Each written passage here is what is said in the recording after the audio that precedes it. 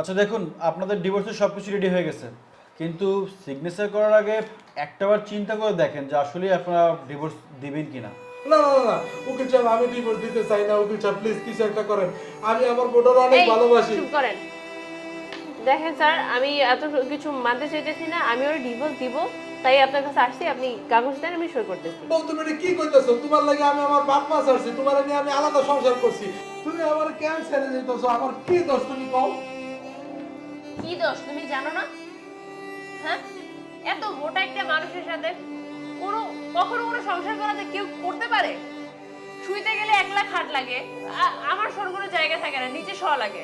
আবার কোথাও ঘুরতে গেলে একসঙ্গে আমার আলাদা রিক্সায় যাওয়া লাগে। তাহলে তার সাথে থেকে আমার কি লাভ? আমি রান্না করলে আমার জন্য কিছু রাখা লাগে না, সে একলা খাইয়েই অস্থির। রান্না করতে করতে আমি হাঁপাই যাই। আমার শরীরে একটু রেস্ট তো প্রয়োজন, ঠিক না? আরে বাবা তুমি তো জানো যে আমার থাইরয়েডের সমস্যা আছে। বিয়ের আগে কি আমি এত স্বাস্থ্য ছিল? বিয়ের আগে তো আমি শুকনা ছিলাম না।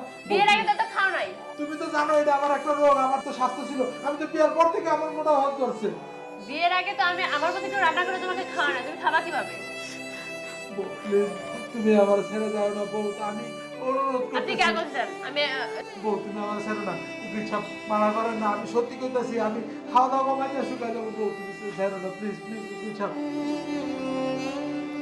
বউ বউ প্লিজ আমার ছাড়ো একটু তো। সুযোগ দাও বউ।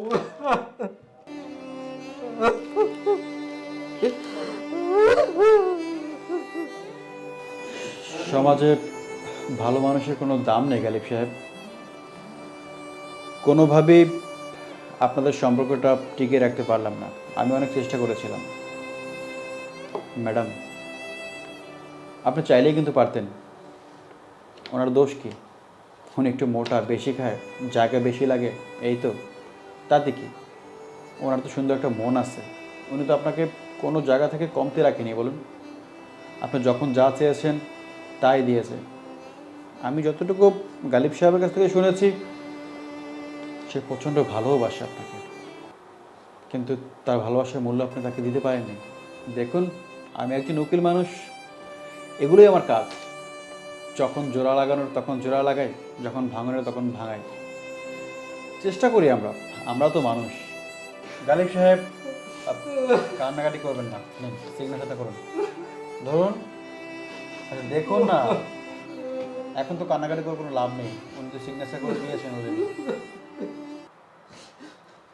আমাদের সমাজটাই না এমন, পুরুষ মানুষের কষ্ট না কেউ বুঝতেছে না আসলে। ঠিক আছে, যখন ডিভোর্স হয়ে গেছে, আপনারা দুজন আজ থেকে আলাদা। ভালো থাকবেন, আসতে পারেন। ধন্যবাদ।